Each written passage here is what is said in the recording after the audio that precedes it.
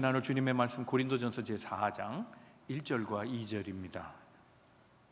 이 말씀 한 주간 동안 내게 주시는 말씀으로 받으며 하나님의 말씀을 함께 봉독하겠습니다. 고린도전서 제4장 1절과 2절의 말씀 한 목소리로 합독합니다. 사람이 마땅히 우리를 그리스도의 일꾼이요 하나님의 비밀을 맡은 자로 여길지어다. 그리고 맡은 자들에게 구할 것은 충성이니라. 아멘. 오늘의 신앙인은 무엇으로 사는가? 결론적으로 얘기하면 신앙인은 무엇으로 살겠습니까? 하나님의 힘으로 삽니다. 그렇죠? 하나님의 힘으로 살아갈 때 인생은 최고가 될 수 있습니다. 오늘 고린도전서 4장을 보려고 하는데요. 고린도전서 4장은 바울이 고린도 교회에 충성을 요구하는 그런 내용으로 되어 있습니다. 모든 그리스도인들이 다 일꾼이죠. 그런데 일꾼 중에서도 일꾼, 최고의 일꾼이 되라는 겁니다. 그래서 충성을 말합니다. 그렇죠. 명목상 일꾼이 아니고 최선을 다하는 일꾼, 후회 없이 모든 열정을 쏟아부어서 한 길로 올곧게 수고하고 애쓰는 충성된 일꾼이 되기를 바란다. 그것이 바울이 고린도전서 4장을 쓴 이유입니다. 사랑하는 성도 여러분, 오늘 이 말씀을 들으면서 우리도 최고가 되기를 꿈꾸기를 바랍니다. 충성된 일꾼으로 다짐하며 충성된 일꾼에게 필요한 것이 무엇인가를 생각하고 하나님의 기쁨이 되는 그리스도의 모든 일꾼들 다 되시기를 주님의 이름으로 축복합니다. 첫 번째 생각할 것은 충성된 일꾼이 되려면 영적인 사람이 되어야 됩니다. 영적인 사람. 이런 비유는 어떨까요? 흔한 비유고요. 쉽게 설명을 드리기 위해서 말씀을 드립니다. 이스라엘에는 성전이 있잖아요. 성전이 세 단계가 있어요. 제일 근접한 것이 뜰의 수준이죠. 뜰에 들어가요. 뜰에서는 예배가 이루어지지는 않죠. 준비 작업을 해요. 그리고 성소로 들어가요. 그러니까 예배하는 공간이죠. 그런데 대제사장은 더 멀리 들어가죠. 하나님 만나는 공간으로 들어가요. 이렇게 본다면 뜰의 수준은 아직 영과 육이 혼재하고 있는 거예요. 세속과 하나님의 것이 섞여 있다고 봐야 될까요? 그런데 그것을 예배함으로 점차 세속의 것을 떨궈내는 단계가 들어오는 거예요. 그리고 더 깊은 신앙의 차원으로 들어가면 오직 하나님만 붙드는 그런 공간, 그런 수준, 그런 영적인 자리가 있다는 거죠. 근데 신앙인은 영적이어야 한다. 바울이 얘기하고 있는 겁니다. 왜 영적이어야 하는가? 그렇다면 지금 고린도 교회 교인들은 영적이지 않은 건가? 그렇다는 거예요. 모두가 일꾼인데 교회라고 하는 이름이 있고 그리스도인이라고 하는 명칭을 들으며 그리고 모두 다 한 가지씩 일을 하고 있는데 영적이지 않다는 거예요. 이 말은 불쾌할 수 있잖아요. 그렇죠? 내가 지금 열심히 교회 일을 하고 있는데 당신은 육적이야. 그렇게 얘기하면 기분 좋을 리가 없지요. 마음이 상하죠. 그러면 안 받아들일 수도 있잖아요. 그래서 바울이 얘기합니다. 내가 사랑의 마음으로 얘기하는 거야. 그러니까 좀 잘 받아줬으면 좋겠다 얘기합니다. 한번 말씀을 읽어볼까요? 14절입니다. 14절 말씀 시작. 내가 너희를 부끄럽게 하려고 이것을 쓰는 것이 아니라 오직 너희를 내 사랑하는 자녀같이 썼다 그랬어요. 편지 글을 썼어요. 야단하는 말이에요. 근데 야단하는 자체로만 듣지 말라는 거예요. 왜 이런 얘기를 하는지 속을 좀 살피고 그 속을 살피면서 바울이 내게 지금 아버지같이 얘기하는구나. 나 잘 되라고 하는 얘기구나. 나를 그저 매를 대고 야단하고 때리려는 것은 아니구나. 그렇게 이해해 달라는 거죠. 그러면서 얘기해요. 세상에는 지식, 정보, 소위 이성의 단계, 영적이지 못한, 아직은 영적이지 않은, 그러나 세상의 지식과 지혜를 가르치는 스승은 참 많이 있다. 그런데 나는 그런 정보나 전달하는, 일꾼은 이런 것이다 저런 것이다 그렇게 얘기하는, 그래서 스킬을 가르치고 그래서 의무적인 일만 행하게 하는 것을 교육하는 훈련관으로서 있는 건 아니다, 그런 얘기를 해요.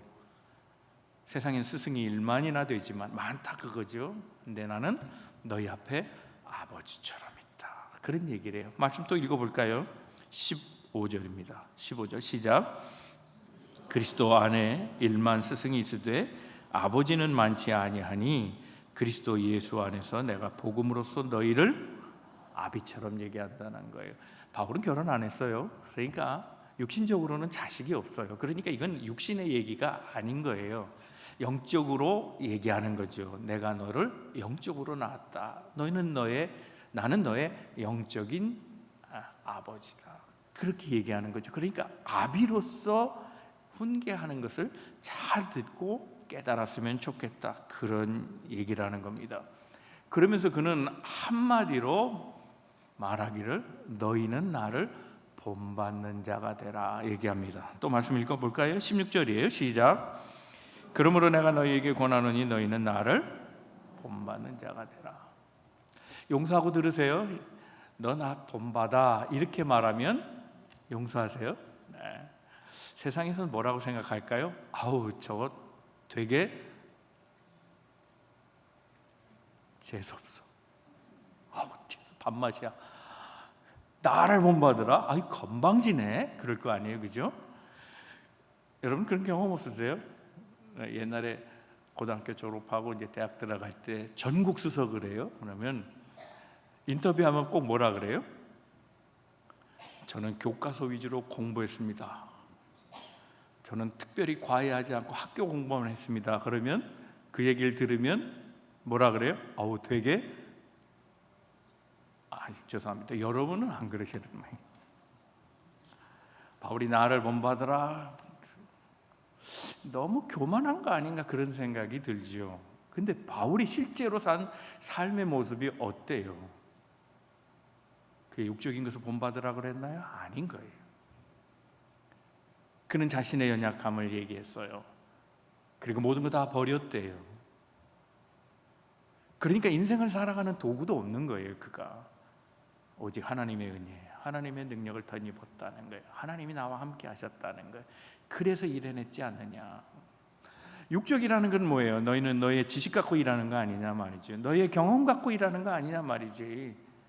그 충성은 사실은 육적인 것처럼 보인다. 진짜 충성은 영적인 것이어야 한다. 영적인 것은 뭐냐? 나처럼 하나님의 힘을 덧입어서 일하는 것, 그것이 영적인 것이라고 얘기하고 있다는 겁니다.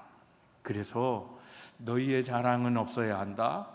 너희의 힘, 너희의 지식, 너희의 능력에 대한 자랑은 없어야 된다. 그걸로 충성했다고 얘기하지 말아라. 그런 얘기를 하고 있다는 겁니다. 고린도전서 4장 6절의 말씀입니다. 다 같이 읽어봅니다. 시작. 형제들아 내가 너희를 위하여 이 일에 나와 아볼로를 들어서 본을 보였으니 이는 너희로 하여금 기록된 말씀 밖으로 넘어가지 말라 한 것을 우리에게서 배워 서로 대적하여 교만한 마음을 가지지 말게 하려 함이라 그랬어요. 교만을 버리라 얘기하는 거예요. 너의 자랑, 너의 지식, 나는 다 버리고 일했다. 나를 본받아라. 그런 얘기예요. 그리고 하나님으로 일하라. 겸손하라는 거죠. 하나님으로 일했으면 자랑할 게 없잖아요. 내 것은 아니니까. 하나님이 주신 선물로 일했기 때문에 그렇다는 거죠.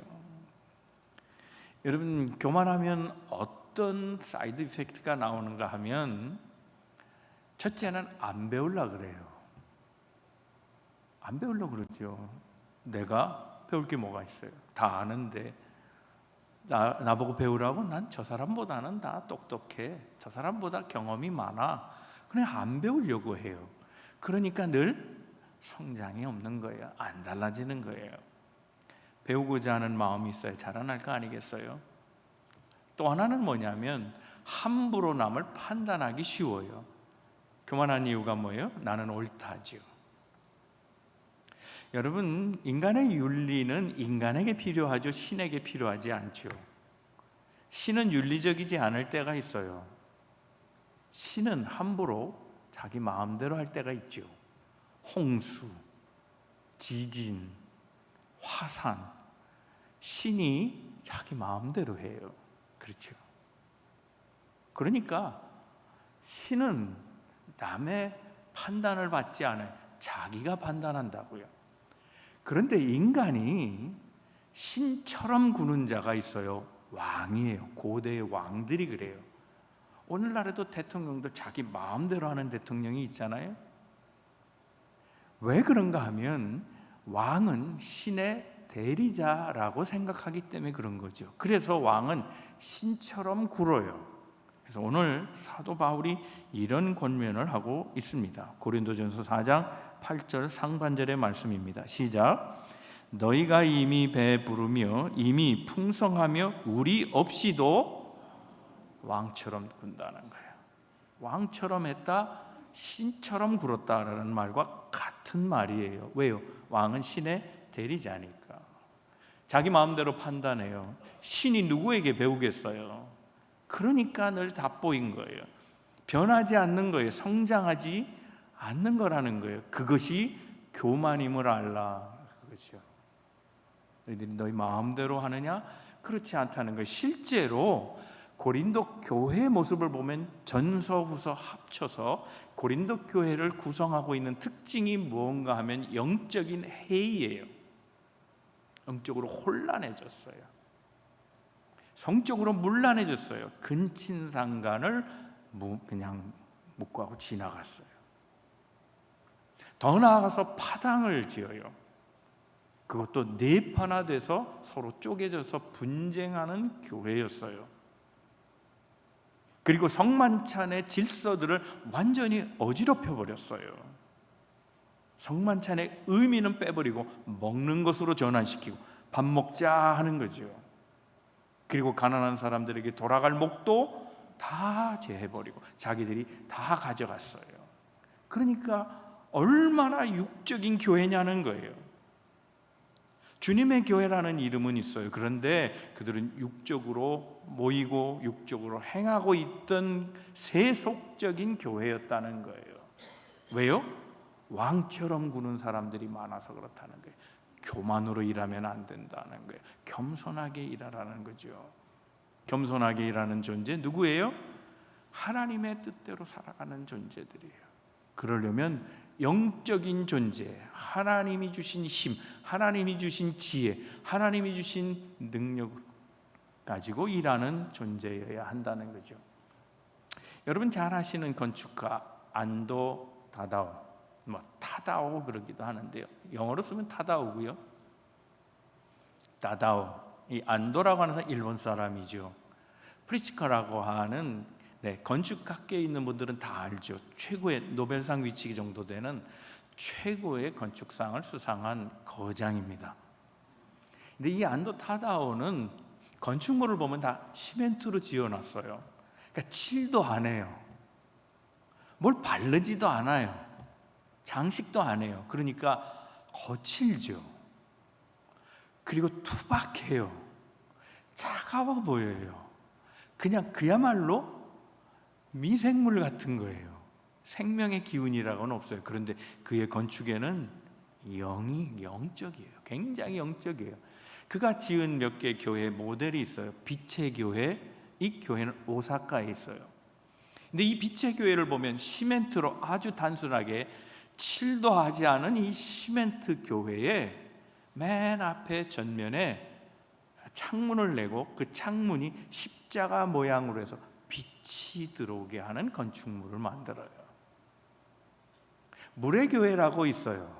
물 위에 세운 교회다 그랬는데 실제로 교회 앞마당에 커다란 인공 호수를 만들어 놔요. 이 예배하는 공간이에요. 물. 그래서 교인들은 설교를 들을 때 물을 쳐다보죠. 그가 생각하는 것은 이런 거예요. 시멘트 죽은 것이에요. 거칠고 투박하고 세련되지 않아요. 향도 없어요. 어떤 감흥을 주지 않아요. 그런데 빛이 들어오게 함으로, 거기에서 그 물이 수면이 호흡하는 공간으로 만들고 바람을 지나가게 함으로 이것이 자연물로 바뀌고 생물로 바뀌는 경험을 그의 건축물 속에서 느끼게 한다는 거예요. 그가 강조한 말이 있어요. 뭐든지 최고가 되지 않으면, 영적으로 최고가 되지 않으면 작품을 만들 수 없다는 거예요. 정상은 항상 면적이 좁아요. 그래서 거기에서 대가들이 다 만나요. 과학 분야에, 미술 분야에, 음악 분야에, 문화 분야에, 그렇죠. 시인, 누구든지 정상에 있는 사람들은 다 한 자리에서 만나요. 좁은 공간이에요. 통하는 게 있다는 거예요. 그래서 모든 예술가나 정말 진짜 과학자나 문학가나 어떤 정치가도 일괄되게 얘기하는 한마디가 있어요. 영적인 것이에요. 모든 것은 영적으로 통한다는 거죠. 그래서 영적이지 않으면 최고가 될 수 없다고 얘기합니다. 여러분, 최고의 일꾼이 누굽니까? 충성하는 사람이에요. 그 충성하는 사람은 무엇으로 충성합니까? 하나님의 것으로 충성하는 거예요. 영적인 존재가 가장 충성된 주님의 일꾼인 것을 기억하고, 사도 바울의 바램처럼 우리 모두가 다 그리스도인으로 명목만 가지고 있지 말고 하나님의 것으로 충성되게 일하는 영적인 일꾼들 다 되시기를 주님의 이름으로 축복합니다. 두 번째, 하나님의 능력으로 일해야 합니다. 20절 21절 말씀 한번 같이 읽겠습니다. 시작. 하나님의 나라는 말에 있지 아니하고 오직 능력에 있습니다. 너희가 무엇을 원하느냐? 내가 매를 가지고 너희에게 나아가랴. 사랑과 온유한 마음으로 나아가랴. 그랬어요. 하나님의 나라는 뭐에 있어요? 능력이 있다. 말에 있지 않다. 그 말은 뭐겠어요? 고린도 교회는 능력이 많은 게 아니라 말이 많은 교회였다라는 걸 알 수 있죠. 그래서 말 갖고 되느냐 야단하는 거예요. 그래서 내가 매를 갖고 갈까? 사랑과 온유한 마음으로 나아갈까? 선택해라, 그런 얘기예요. 실제로 뭐 때리겠다는 얘기는 아니겠죠. 지금 아비의 심정이라 그랬잖아요. 그러니까 바울의 마음은 지금 뭐예요? 말 많은 교회 하지 말라는 거예요. 언제 철들래? 언제 사람 될래? 그런 얘기를 지금 하고 있다는 거죠. 여러분, 히브리 사람들은 이 개념을 알았어요. 능력의 개념을 알았어요. 능력이 있어야 강한 것이라는 것을 알았어요. 그래서 히브리 사람에게 중요한 몇 개의 단어가 있는데 그 중에 하나가 하자크라는 말이에요. 하자크는 강해요. 대단하다는 거거든요. 세다는 거거든요. 그런데 이스라엘 민족은 너무 약했거든요. 힘이 없는 민족이에요. 그래서 항상 하나님 앞에 강하기를 바랐어요. 근데 그 강함, 하자크라는 말의 본래의 뜻은 어디에 쓰는 말인가 하면 붙이는 거예요. 붙이는 거. 여러분, 편집 붙여보셨죠? 거기 그런 경고 있어요. 그죠? 우편, 이게 없으면 딜리버리 안 해준다예요. 근데 우표를 딱 붙이는 순간 우체부의 손에서 내가 원하는 것으로 향하게 되죠. 그렇죠. 붙이면 힘이 나오는 거예요. 우리 인생은 연약해요. 종이장 같은 거예요. 종이장이 뭐가 힘이 있어요? 종이장을 강화해 보세요. 조금 두꺼워지죠. 도화지같이 좀 딱딱해지죠. 그렇죠? 아트지같이 좀 반짝반짝하면서 좀 굵어질 수는 있겠어요? 그러나 조금 두껍다고 뭐 그게 종이면 종이죠. 아주 강화시키면 마분지 정도 될 거예요. 그죠? 종이를 아무리 세게 만들어 봐야 마분지 정도잖아요.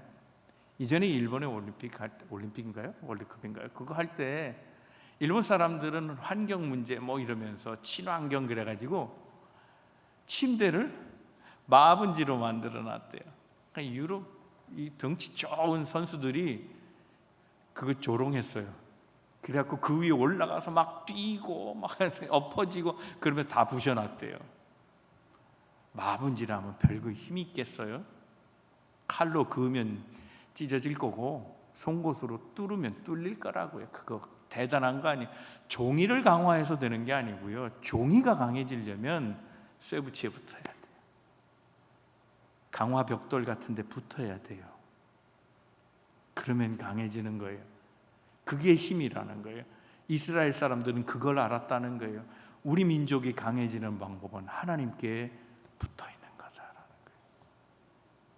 내가 강해지는 방법은 나를 강화시키는 것이 아니라 이미 강하신, 무한하신 능력이신 하나님께 내가 밀착되어 있는 것이다. 그것이 내게 힘이다라고 하는 거예요. 그래서 빌립보서 4장 13절 말씀에 내게 능력 주시는 자 안에서 내가 모든 것을 할 수 있느니라 그랬어요. 이스라엘 사람들은 그걸 알았던 거예요. 하나님과 함께하는 것, 하나님과 동행하는 것, 하나님과 같이 살아가는 것. 그래서 바울도 주 안에서 그랬죠. 로마서 5장 5절에 이렇게 말합니다. 한번 말씀 읽어봅니다. 시작. 소망이 우리를 부끄럽게 하지 아니함은 우리에게 주신 성령으로 말미암아 하나님의 사람이 우리 마음에 부어지는 거예요. 부어지는 거예요. 들어오는 거예요. 그게 밀착이죠. 그게 주 안에서죠. 우리 마음의 성전에 성령을 통하여 하나님의 사랑이 내 안에 있을 때 나는 능력자가 된다는 거예요. 주 예수 내 마음에 들어와 계신 후 변하여 새 사람 되고 내가 늘 바라던 참빛을 찾음도 주 예수 내 마음에 오신. 그렇죠. 주가 내 안에 오신. 주와 함께하는 거예요. 주와 밀착되는 것, 그게 인생이 강해지는 비결이라는 거예요. 그 힘으로 충성하는 자가 되라. 힘의 근원은 너에게 있지 않다. 그렇죠. 너의 능력이 아니라는 거예요. 나로 말미암는 그 능력을 가지고 수고하고 애쓰는 존재가 되라는 거죠. 여러분은 지금 하나님과 밀착되어 있습니까? 우린 종종 그런 얘기예요. 강한 인생을 사는 분일수록 시차가 없어요. 시차 아시죠? 시차를 너무 많이 느끼면 피곤해요. 그렇죠? 대부분 한국을 1년에 한두 번 다녀오신 분들이 있고요. 그렇죠? 몇 년에 한 번은 또 다녀오시기도 하고 그렇죠. 갔다 오면 힘든 이유가 뭐예요? 시차 때문에. 피곤해요. 그래서 갔다 오면 며칠은 그냥 쉬고 싶을 때가 있잖아요. 신앙생활이 딱 그것과 같아요. 내가 시간과 맞춰 있지 않으면, 그 시간과 내가 차이가 있다면 피곤한 거예요. 하나님과 내가 시차가 있다면 피곤한 거예요. 붙어 있지 않으면. 그래서 시차를 느끼는 사람들의 이구동성이 있어요. 내가 옛날엔 봉사 많이 했대. 내가 왕년에는 이런 표현 자주 써요. 내가 젊었을 때는 그래요. 신앙은 지금을 묻는 거예요. 지금 내가 하나님 손에 있는가 하는 거예요. 내가 지금 주님과 밀착되어 있느냐 하는 거예요. 왜 삶이 피곤해요? 왜 어려워요? 왜 안 돼요? 왜 무능력하냐고요? 하나님과 밀착되어 있지 않기 때문이라는 거예요. 과거에 그런 경험 있는 것 간증으로서는 필요하겠죠. 그러나 간증도 5년 지나면 버리세요. 아무 쓸데가 없어요. 생생한 간증이 있어야 돼요. 시차 없는 간증이 있어야 돼요. 하나님은 지금도 나의 힘이 되어 주신다. 그런 간증이 있어야 돼요. 그러려면 밀착하는 거죠. 여러분, 우리가 예배를 드리잖아요. 일주일에 한 번 주일 예배 명명하고 그래서 주일에 모여서 예배합니다. 그런데 여기서 선포되는 말씀, 그 말씀이 여러분의 삶의 디폴트가 돼야 돼요. 이 디폴트라는 건 뭐예요? 들어가 있는 거예요. 안착되어 있는 거예요. 장치로 이미 내게 내재되어 있는 거예요. 말씀이 그런 거예요. 그래서 한 주간의 말씀을 들으면 일주일은 견뎌낼 수 있어야 되는 거예요. 그 말씀이 내 삶에 밀착되어서, 그 말씀이 내 삶에 동행하는 힘이 되어서, 그 말씀과 함께함으로 삶을 이길 수 있는 능력, 그것을 공급받는 것이 이 자리요. 이건 적어도 일주일의 효과가 있어야 돼요. 근데 교만하면 어떻게 돼요? 안 배우려고 한다니까요. 그래서 여러분, 거부가 습관이 되면 안티가 될 가능성이 많아요. 불순종하면 반드시 그는 안티로 가요. 비신앙인의 자리와 다를 바가 없어요. 하나님의 말씀 받아들이세요. 밀착하세요. 내 안에 부으세요. 주의 말씀을 붓고 내가 주와 함께 살아가려고 하는 그런 노력할 때 하나님 내게 강함이 되어주시고 승리케 하신다는 거예요. 그래서 위치 변동, 어제 새벽 기도에 말씀드렸죠. 요한복음 15장 포도나무 비유 있죠. 가지가 수고하고 애쓰고 자기의 힘으로 열매를 맺는 것이 아니에요. 가지가 열매를 맺는 방법은 포도나무에 붙어 있는 거예요. 밀착하는 거죠. 하자크, 그것이 강함이에요. 포도나무에 붙어 있을 때 포도 열매가 맺히는 거죠. 그러나 거기에서 떨어진다면, 시차가 생기면 안 돼요.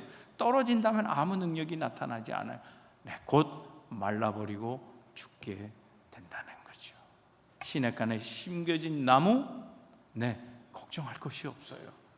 물하고 붙어 있기 때문에 그런 거죠.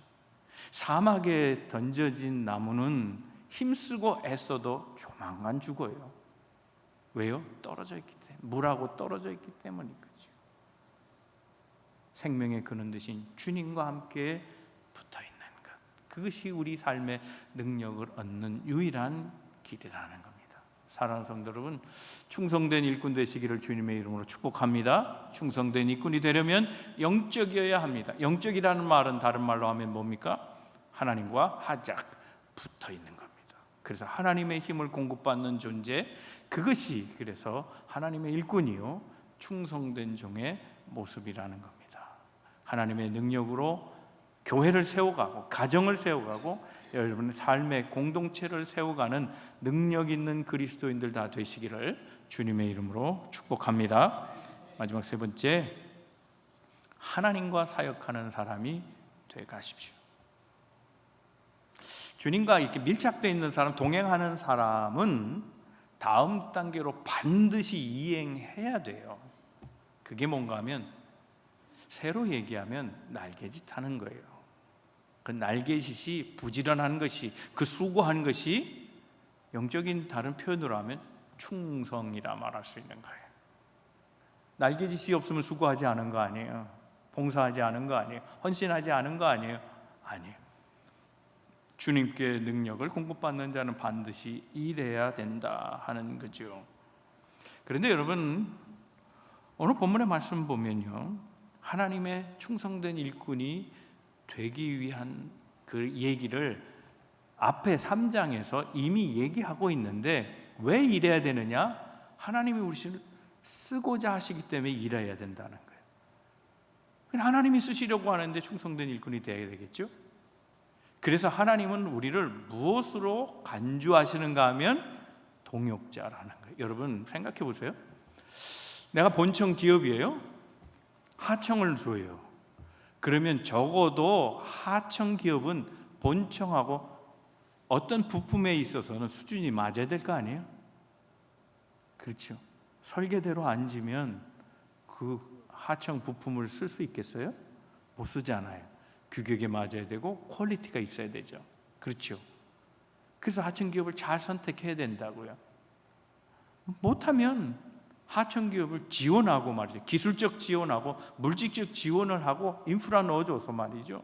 그래서 자신들이 쓸 수 있도록 그렇게 하청 기업을 관리해야 될 거 아니겠어요? 하나님이 그렇다는 거예요. 하나님이 본청이에요. 우리가 다 하청이에요.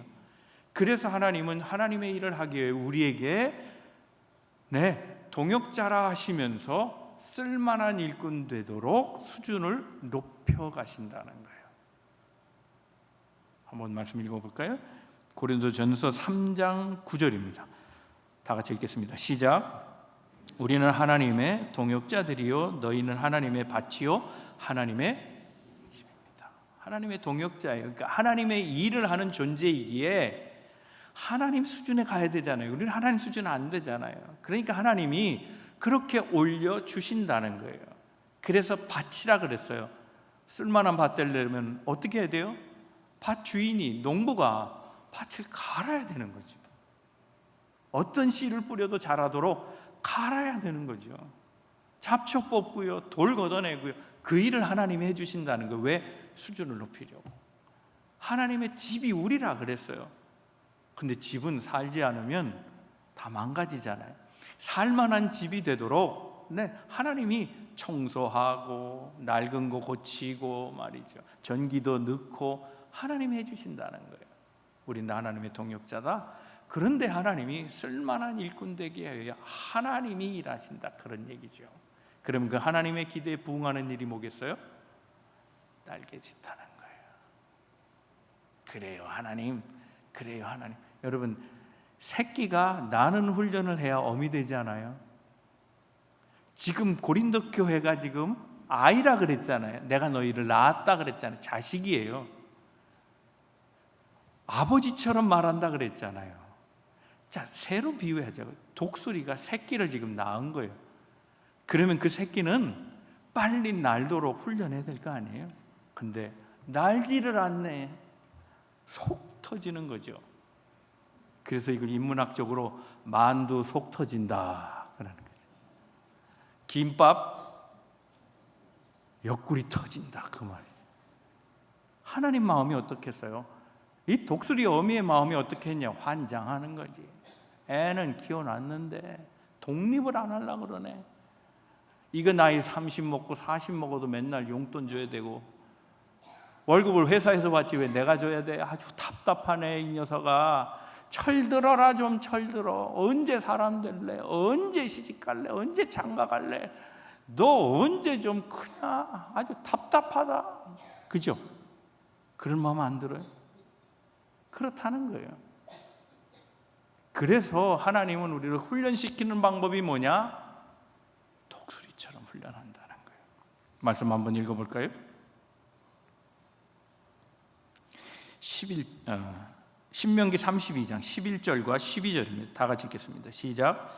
마치 독수리가 자기의 보금자리를 어지럽게 하며 자기의 새끼 위에 너풀거리며 그의 날개를 펴서 새끼를 받으며 그의 날개 위에 그것을 엎는 것 같이 여호와께서 홀로 그를 인도하셨고 그와 함께한 다른 신이 없도다 그랬어요. 날라는 거예요.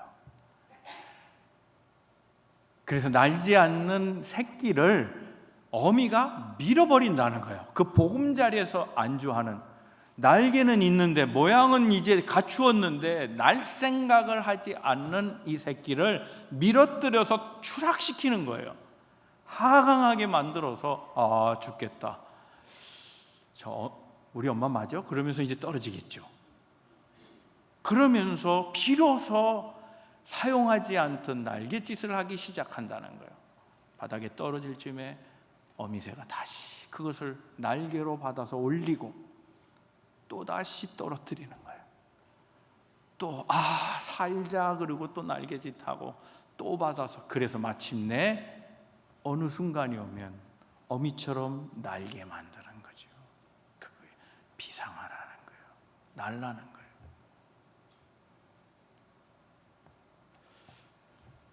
여러분, 오리교회 얘기 아시죠? 오리들이 모이는 교회 있대요. 담임 목사도 오리예요. 그래서 오리가 설교를 합니다. 우리에게 날개, 하나님이 멋진 날개를 주셨습니다. 이제 우리도 이제 독수리처럼 날아갈 수 있습니다.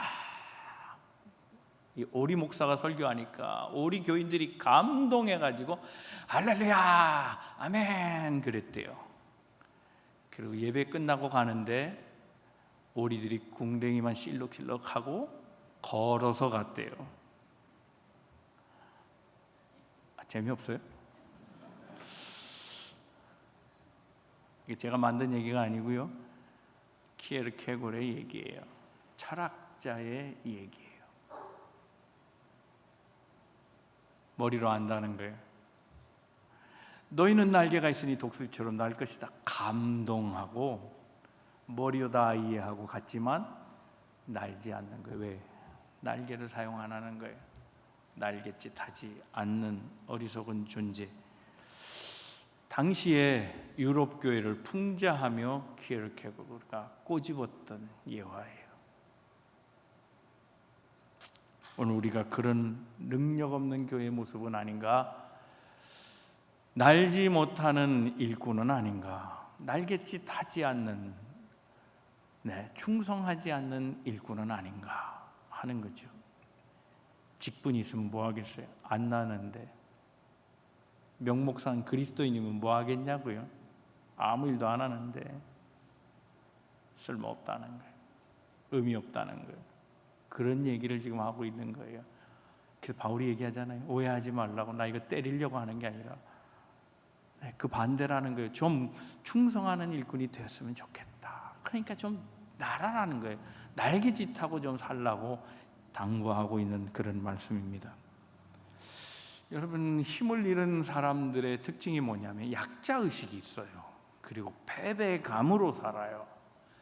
이것이 만성이 되면 참 문제예요. 그래서 만성이 되는 사람들의 특징, 힘을 잃고 약자의식 속에 패배감을 가진 교회의 말버릇이 그렇대요. 지킨다는 말을 유독 많이 쓴대요. 지킨다. 교회가 어려우니까 우리 교회는 내가 지킵니다. 지킨다. 여러분, 이 교회는 누구 것이에요? 사람 거예요? 하나님 거예요? 그럼 누가 지켜요? 여러분, 집은 누가 지켜요? 세입자가 지켜요? 주인이 지켜요? 혹시 오해하지 말고 들으세요.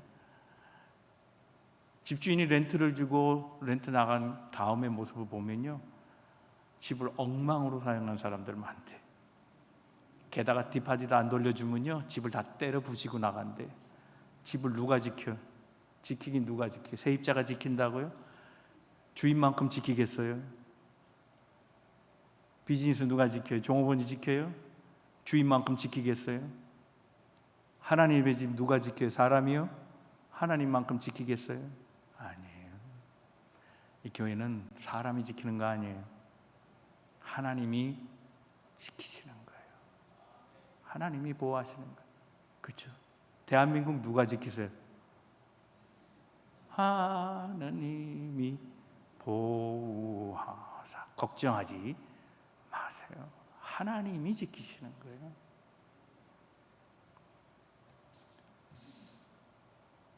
스펄전 목사가 그런 얘기를 했어요. 하나님의 말씀은 사자 같다. 라이언, 사자라는 거예요. 그래서 풀어놓기만 하면 스스로 지키신다 그랬어요. 여러분, 이 교회 하나님의 말씀이 선포되면 사자가 돌아다니는 거예요. 누가 덤빌 거예요? 하나님의 말씀은 하나님의 말씀이 지켜가세요. 이 교회는 하나님의 말씀이 선포될 때 하나님이 이끌어 가시는 거예요. 사람이 지켜가는 공동체가 아니라는 거예요. 그러므로 걱정하지 마십시오.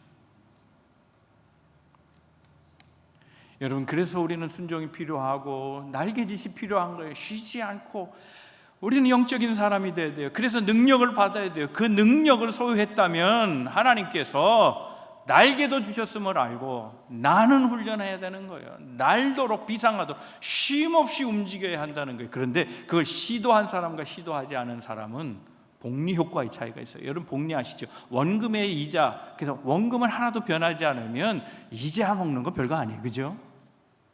10년, 20년 지나면 큰 돈 되는 건 뭐예요? 복리로 붙어야 돼요. 그죠? 돈 없는 저는 아는데 돈 있는 여러분들 왜 모르세요? 그렇지, 그래요, 안 그래요? 자, 보세요. 산술적인 계산하면 별로 안 늘어요. 그런데 하나님 앞에 순종하는 놀라운 일들이 생겨요.